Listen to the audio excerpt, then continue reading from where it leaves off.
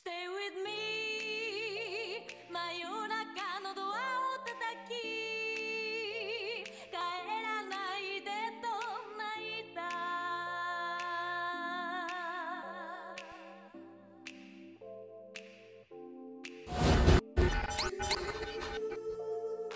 Ya, assalamualaikum warahmatullahi wabarakatuh. Perkenalkan, nama saya Irfan Cahyawaryawan dengan NIM 1909373 dari kelas 4A, program studi rekayasa perangkat lunak Universitas Pendidikan Indonesia, kampus di Cibiru. Pada kesempatan kali ini saya akan menjelaskan mengenai algoritma MFQ atau Multiple Feedback Queue. Nah, apa itu MFQ atau Multiple Feedback Queue? MFQ ini adalah sebuah algoritma hampir mirip sekali dengan algoritma multi-level queue. Namun perbedaannya sendiri di mana algoritma ini mengizinkan proses untuk pindah antrian. Jadi jika suatu proses menyita CPU terlalu lama, maka proses itu akan dipindahkan ke antrian yang lebih rendah. Hal ini dapat menguntungkan proses interaksi karena proses ini hanya memiliki waktu CPU yang sedikit. Demikian pula dengan proses yang menunggu terlalu lama. Proses ini akan menaikkan tingkatannya. Biasanya prioritas tertinggi diberikan kepada proses dengan CPU boost terkecil. Dengan begitu CPU akan terutilisasi penuh dan dapat terus sibuk. Semakin rendah tingkatannya, panjang CPU boost, proses juga semakin besar. Untuk lebih jelasnya lagi, kita lihat simulasi berikut ini ya.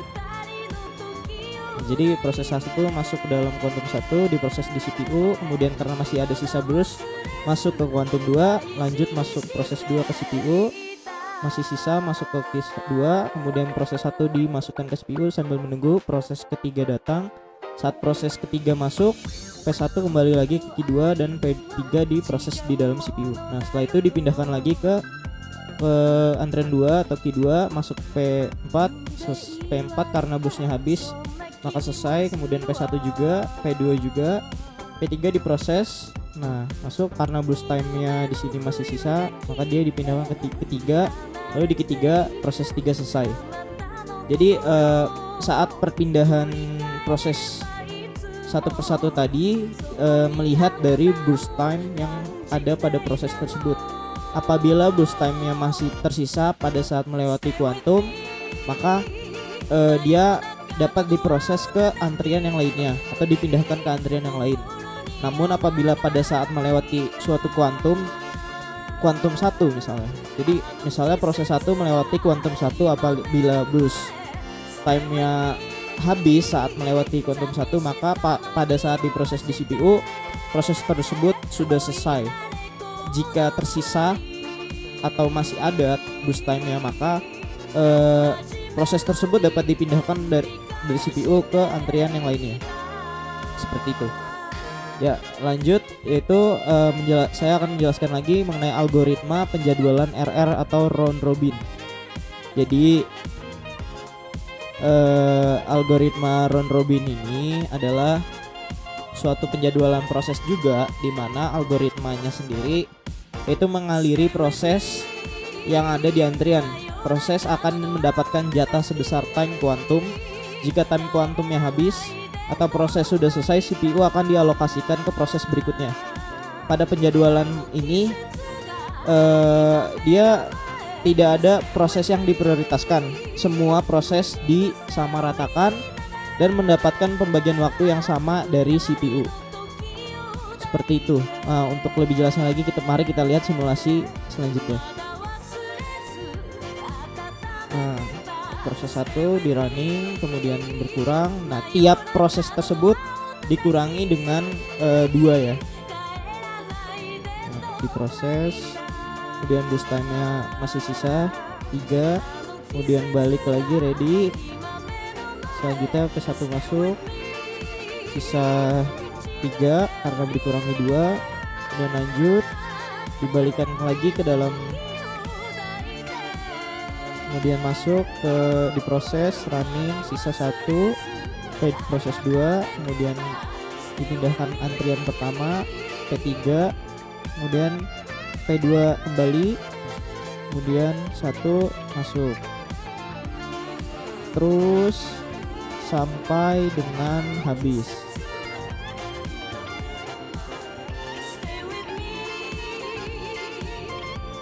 Dia akan terus berjalan sampai dengan proses tersebut sama rata dan sudah selesai diproses semuanya.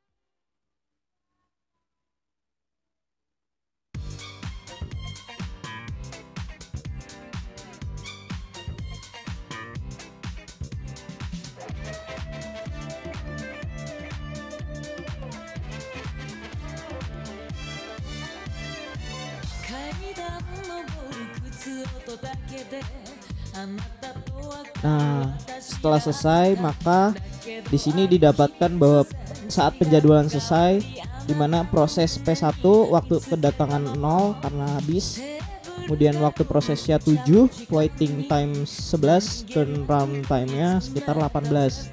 Kemudian P2 nya itu waktu kedatangan 2, waktu diprosesnya adalah 5, waiting time-nya 6, kemudian turnaround time-nya 11.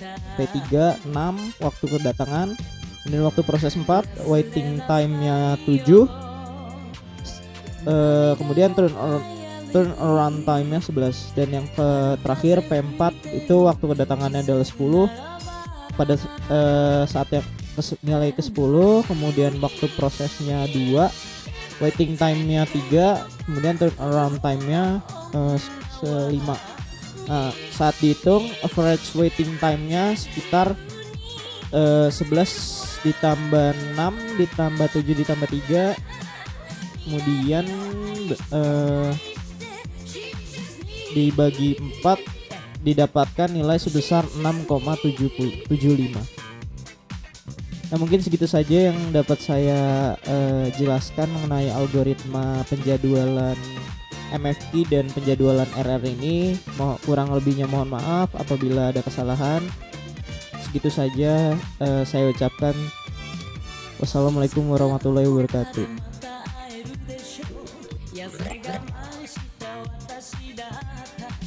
けどある日突然ベルが鳴ってあなたの声が聞こえたの